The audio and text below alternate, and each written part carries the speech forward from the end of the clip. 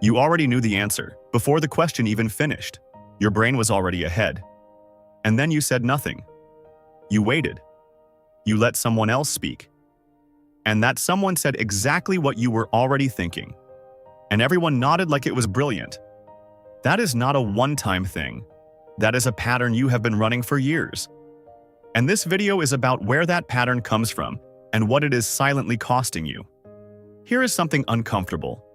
The most capable people, the ones who genuinely know the most, almost always underestimate themselves. Not because they are shy, because to them, what they know just feels obvious. They assume everyone else sees it too.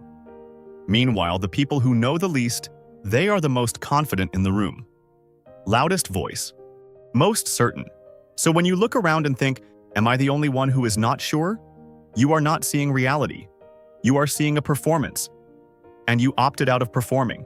That is not weakness. That is actually a sign of something real. And here is the part that will actually stop you. Research asked hundreds of people to rate their own intelligence, then gave them a real test. 80% said they were above average. The match between what they believed and what they actually scored?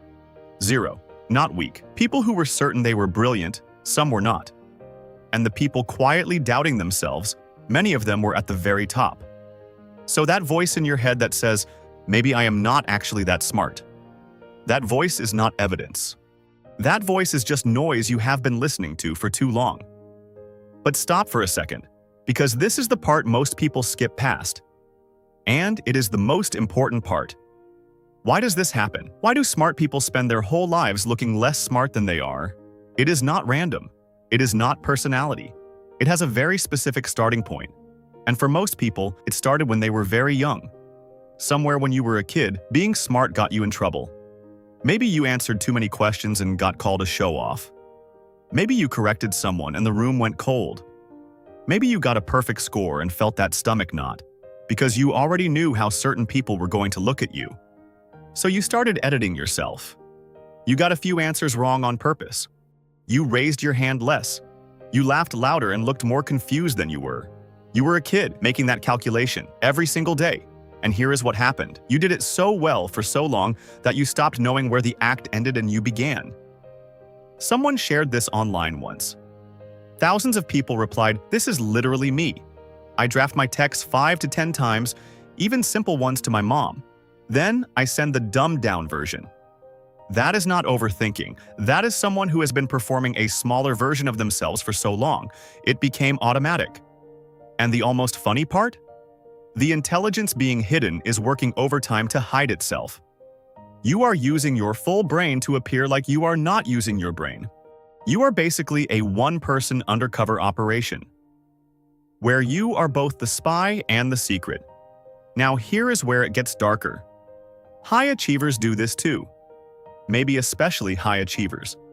There is a pattern, very common among the most successful people, where someone has real proven accomplishments, promotions, results, things they actually built with their own hands. And they still feel like they are fooling everyone, still waiting to be found out. So they do not lead with their insight. They soften it. They over-explain it. They watch someone else make the call and stay quiet. Someone put it like this: when someone compliments my work, I immediately think they are just being polite, even when I know they are not the polite type. That is someone who is genuinely excellent and completely unable to let that evidence land. The feedback loop breaks. Good work happens. Recognition comes. And then gets quietly dismissed before it can build anything solid. Year after year. The same loop, the same dismissal, and the exhausting part is that nobody around them even knows this is happening. They just see someone quiet, someone humble, someone who never pushes forward. They do not see the person behind that, running on empty, performing small every single day. Now here is the thing about survival strategies. They do not check whether the danger is still there. They just keep running. The classroom that punished you for knowing too much, it does not exist anymore. The lunch table where being smart made you the problem, you are not sitting there anymore. The people who made you feel like too much, most of them are not even in your life. The hiding kept you safe then. It is just not doing that job now. It is running on old instructions in a new life. For people who stopped threatening you a long time ago. And the saddest part is not that other people underestimate you. The saddest part is that you started doing it to yourself. In forums and comment sections, in threads with thousands of replies, one sentence keeps coming up over and over. I thought I was the only one. So let this be the video that says, you are not. You did not get quiet because you had nothing to say. You got quiet because saying it cost too much. And now the cost is gone. But the quiet stayed. The intelligence was never missing. It was always there. The only question now is how much longer are you going to keep performing ordinary for people who stopped threatening you a long time ago?